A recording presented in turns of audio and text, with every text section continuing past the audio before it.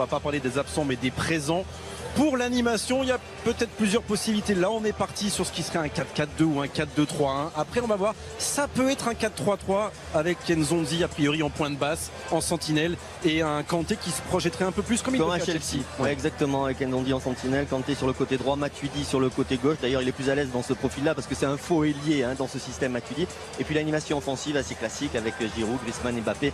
Griezmann, Mbappé qui sont toujours en grande forme. Il y a du talent aussi côté Pays-Bas, une nouvelle génération et une sortie après sortie des Néerlandais qui progressent à l'image.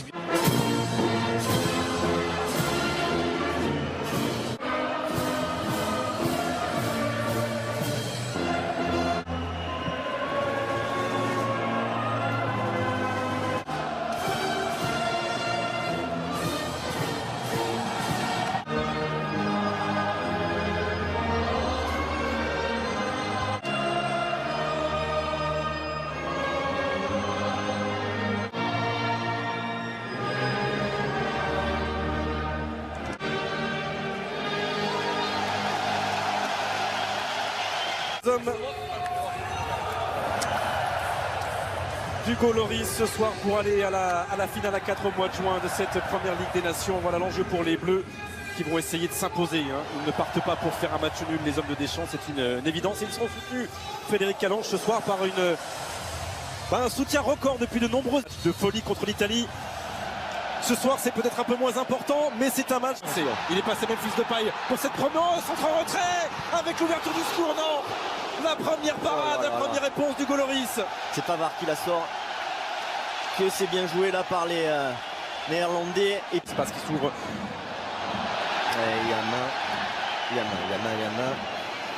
Il a fait N'Golo Kanté Taylor. Éventuellement construire avec Lucas Digne qui va centrer ce ballon vers la tête de Griezmann et la première parade de Silesen. Voilà un mouvement qui va jusqu'au bout, jusqu'à la tête du joueur de l'Atlético de Madrid. Voilà, c'est ça qui peut faire mal, qui peut mettre le doute chez un adversaire. Il a tout ce jeune joueur, Memphis Depay dans la surface, la frappe du pied gauche, il est sur la trajectoire une deuxième fois et cette fois-ci il capte Hugo Lloris et fait du bien à ses partenaires qui souffrent dans ce premier quart d'heure. Avec ce long ballon, cette belle remise de la tête. Mais en attaque placée, ils sont aussi capables de faire des choses avec la frappe détournée. Non, elle n'a pas été touchée. Selon monsieur Taylor, la frappe de Kylian Mbappé. Parce que ça suit. Oh, le drapeau s'est levé pour Memphis Depay, mais il y avait encore une petite imprécision technique pour N'Golo Kanté. Alors là, comparativement au côté français, on parlait de retour repoussé pour l'instant. Et Pavard. Oh, aïe, aïe, aïe. Au second poteau. Ça ressemblait sans la reprise de volée. Et Depay a remis avec Bergwijn ce ballon au sol. Bon retour de Lucas Digne. Il a été touché Memphis Depay, mais monsieur Taylor n'est pas intervenu. Tente de doser. Il faut se parler, Oh, l'occasion est là. Une fois, mais pas deux fois. Il avait repoussé la frappe de Babel, mais il ne peut rien face à Bergwijn, face à Wijnaldum, pardon. Cette fois-ci, Hugo Lloris. Ouais, c'est parti d'un problème de communication, on va le revoir ce but. Et les Pays-Bas mènent 1-0.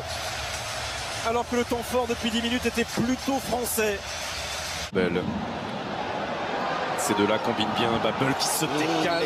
Il a été champion du monde en grande difficulté dans ce 28e match de l'histoire entre Français et Néerlandais. Ça passe au-dessus de la transversale. Voilà, c'est lui l'homme dangereux sur les coups de pied arrêtés. Il est grand, il a une superbe. Pavard qui va mettre ce ballon au second poteau.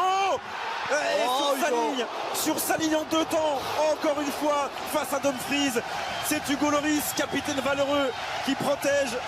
Et c'est un deuxième but. Parce que ce serait évidemment beaucoup plus compliqué aussi dans le jeu de transition, ont des jambes et aussi la lucidité. Il y a faute. Il y a un très bon coup franc là pour les Néerlandais. Faute logique de Pavard. Mais là, il aurait pu la lâcher.